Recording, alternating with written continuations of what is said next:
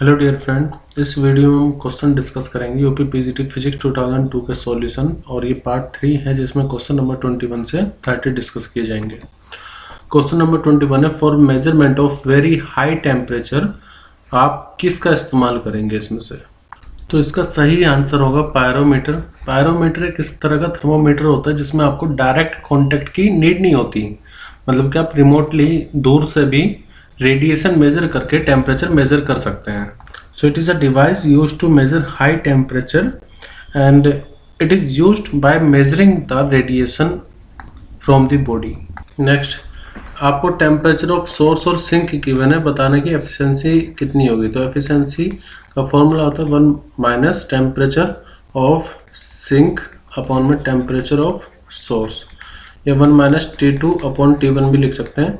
ये low temperature होता है यहाँ पर और ये हाई टेम्परेचर होता है, और जो भी टेम्परेचर आप लिखें वो केल्विन में होना चाहिए। तो 300 अपॉन 400 हम करेंगे क्योंकि ये लो टेम्परेचर और ये हाई, तो ये सोर्स का और ये सिंक का। तो ये कितना हो जाए, 0 से 0 कैंसिल कर दो, 1 माइनस 3 अपॉन में 4, या फिर 4 माइनस 3 अपॉन में 4 जो कि 1/4 के इक्वल होगा। जब आप इसको परसेंटेज में चेंज करेंगे तो 100 से मल्टीप्लाई करनी होगी जो कि आएगा 25%। तो इस हिसाब से हमारा सही आंसर होगा ऑप्शन 4। नेक्स्ट क्वेश्चन है 1 mole of monoatomic gas जिसका गामा आपको गिवन है 5.3, उसको मिक्स कर रहे हैं 1 mole of diatomic gas के साथ। तो आपको बताना है गामा मिक्सचर का कितना होगा। देखो, गामा होता है स्पेसिफिक हीट रेशियो यानी कि Cp अपॉन में Cv। तो अगर मैं ये मिक्सचर के लिए फाइंड कर लूँ, Cp और Cv मिक्सचर के लिए फाइंड कर लूँ, तो गामा हम इजिली निकाल सकते हैं। और एक रिलेशन आपको पता होगा, Cp minus Cv equal to होता है R का। तो अगर मैं Cv निकाल पाया या Cv में से कोई एक निकालो तो दूसरा तो निकल ही जाएगा। तो डाई एटॉमिक के लिए या पहले मोनो एटॉमिक के लिए देखते हैं। मोनो एटॉमिक गैस के लिए जो डिग्री ऑफ फ्रीडम होता है वो होता है 3, और Cv जो होता है वो होता है F अपॉन में 2 इंटू में R। तो यहाँ से आप F की वैल्यू 3/2R यानी कि ये Cv आ जाएगा। ऐसे ही डाई एटॉमिक के लिए जो डिग्री ऑफ फ्रीडम होता है वो आप निकाल सकते हो 3n माइनस k करके। तो डिग्री ऑफ फ्रीडम यहाँ पर k की वैल्यू मतलब 1 होती है कांस्टेंट, n होता है 2 यहाँ पर मोलिक्यूल। तो F इक्वल टू आएगा 3 इंटू 2 माइनस 1 यानी कि 5। तो Cv इक्वल टू हो जाएगा 5 अपॉन में 2R। तो पहले मैं निकाल लेता हूँ Cv मिक्सचर कितना होगा।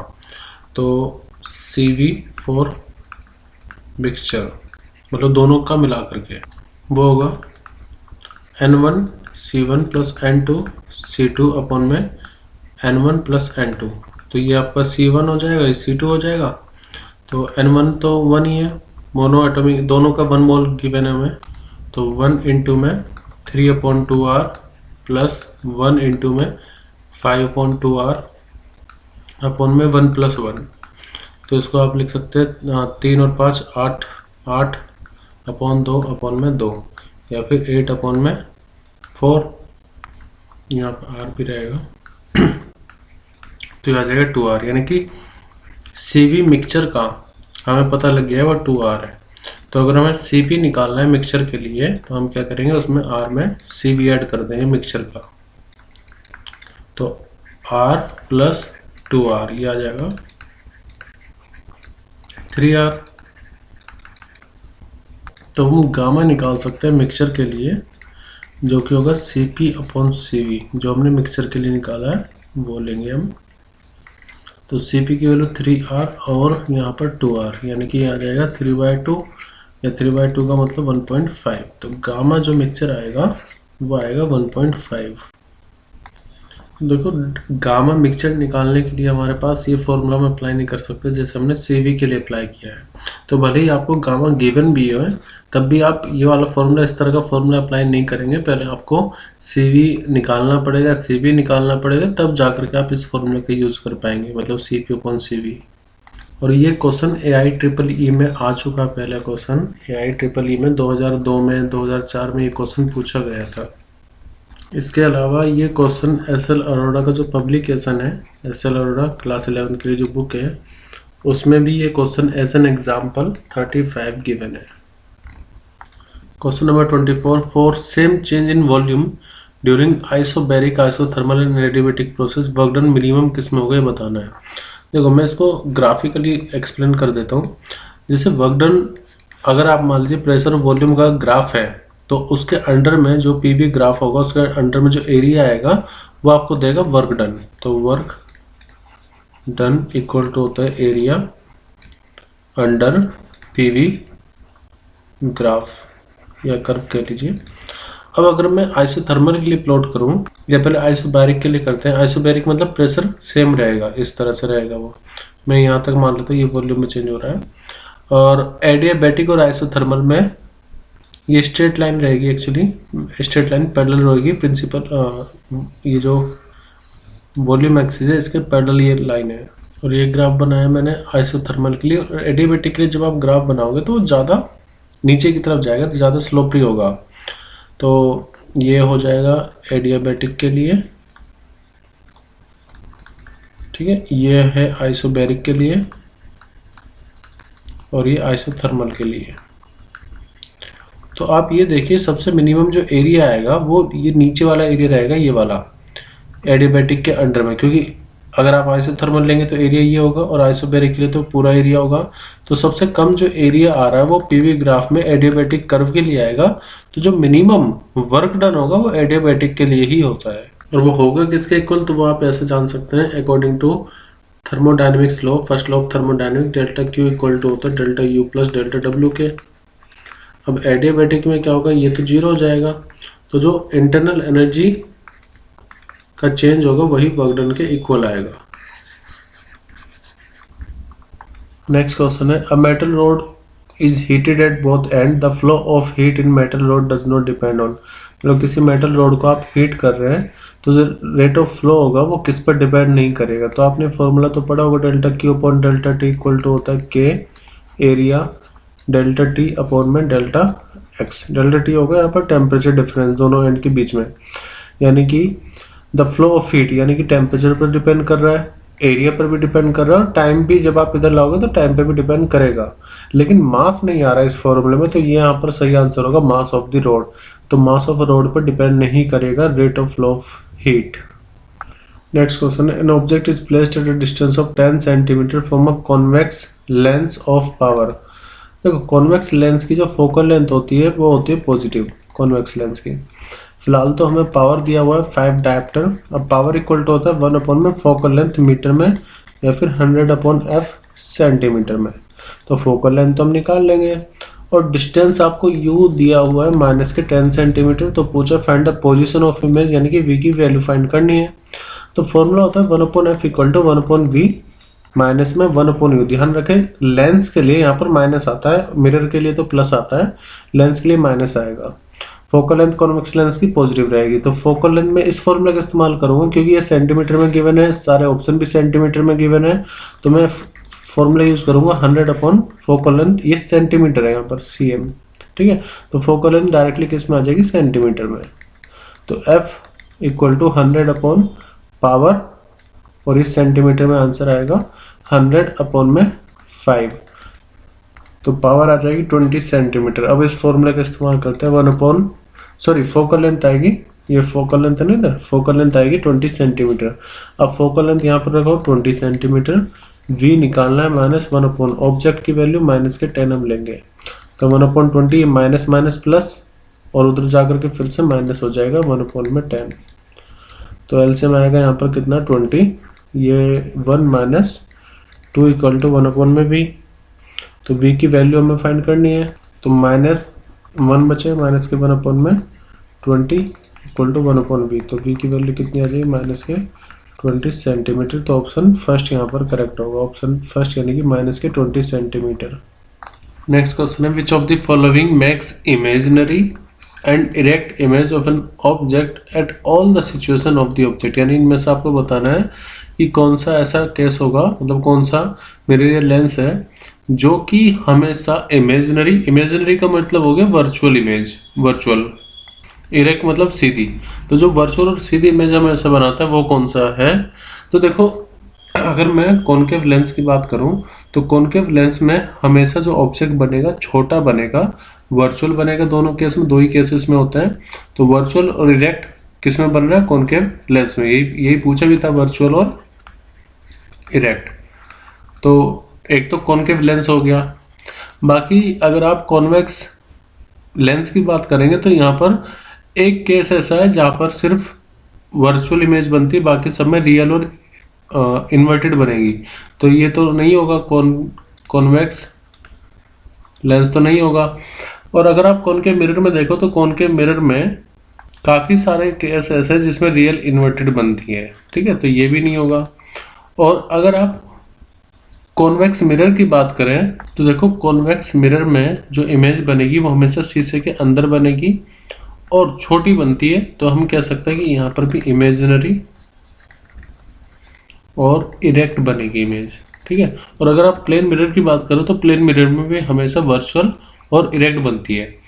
तो अगर हम ऑप्शन में देखें तो हमने क्या देखा कि कॉनकेव लेंस और प्लेन मिरर, यहाँ पर कॉन्वेक्स मिरर तो आंसर में ही नहीं, तो कॉनकेव लेंस और प्लेन मिरर दोनों में ही जो इमेज होगी वो इमेजिनरी यानी कि वर्चुअल और इरेक्ट बनेगी, चाहे आप ऑब्जेक्ट को कहीं पर भी रखो।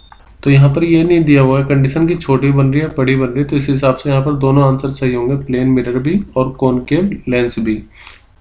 और एक और आंसर इसका हो सकता था कॉन्वेक्स मिरर, जो कि यहाँ पर नहीं है बट हो सकता है किसी और में आ जाए।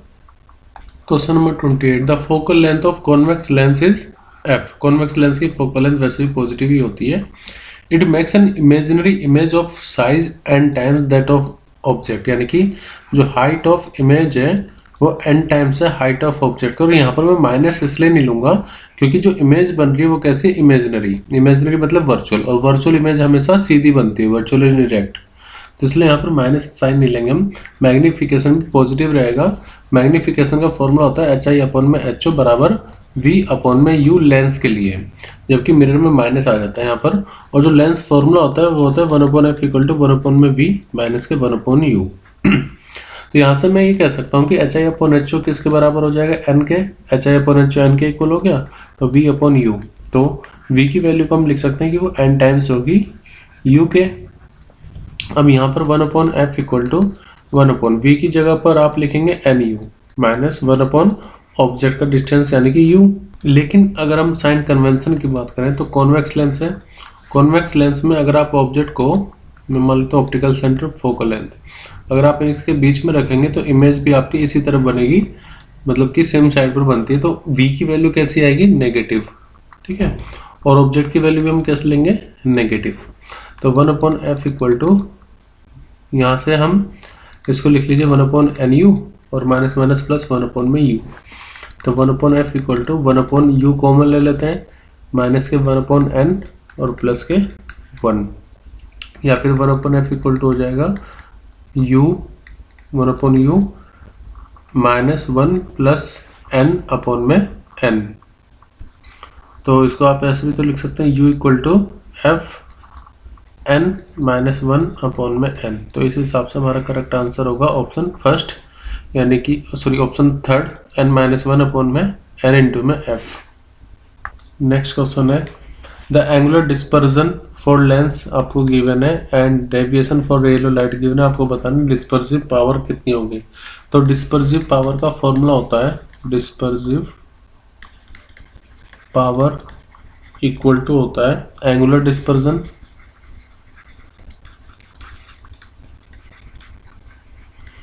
और इसको हम डिवाइड कर देंगे मीन डेविएशन से।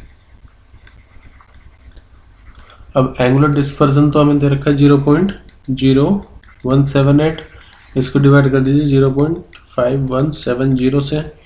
तो जब आप इसको डिवाइड करेंगे आएगा 0.034, यानी कि ऑप्शन फर्स्ट यहाँ पर करेक्ट होगा। नेक्स्ट क्वेश्चन है, द एंगल ऑफ प्रिज्म, ये इंपॉर्टेंट क्वेश्चन है, काफ़ी एग्जाम में पूछा गया है। The angle of prism A and it's refractive index आपको गिवन है cot A/2। आपको बताना मिनिमम डेविएशन कितना होगा। तो प्रिज्म में मान लेते ये एंगल ऑफ प्रिज्म होता है, तो म्यू इक्वल टू होता है sine A plus minimum deviation upon में 2 डिवाइड में साइन A/2, ये फॉर्मूला होता है। अब म्यू की वैल्यू तो हमें गिवन है कितनी, cot A/2 refractive index, cot A upon में 2। इसको आप ऐसे लिख सकते हैं sine A plus delta M upon 2 sine A by 2, इसको इसके साथ ले जाइए। तो कोट क्या होता है, कोट होता है, ये कोट थीटा होता है कोस थीटा अपॉन में साइन थीटा, ठीक है। और जब आप कोट थीटा को साइन थीटा से मल्टीप्लाई करेंगे तो क्या आएगा, कोट मतलब कोस अपॉन साइन थीटा इंटू में साइन थीटा। तो साइन से साइन कट के यहाँ पर सिर्फ कोस थीटा बचेगा, यानी कि जब मैं कोट की साइन में मल्टीप्लाई करूंगा जैसे मैंने आपको बताया यहाँ पर, तो सिर्फ क्या बचेगा, कोट थीटा या कोस थीटा, यानी कि cos A by 2 equal to आ जाएगा sine A plus delta M upon 2k।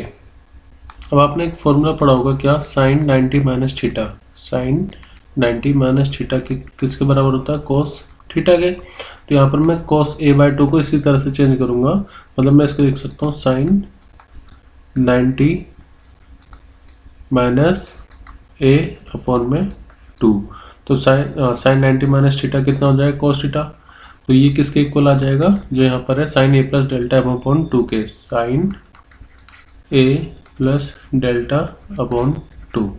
Sign से साइन तो कैंसिल आउट हो जाए, तो 90 माइनस ए बाय 2 इक्वल आएगा A plus delta M upon 2k।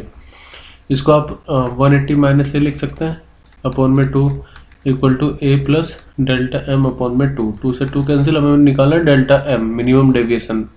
तो 180 माइनस ए इक्वल आ गया ए प्लस डेल्टा एम के।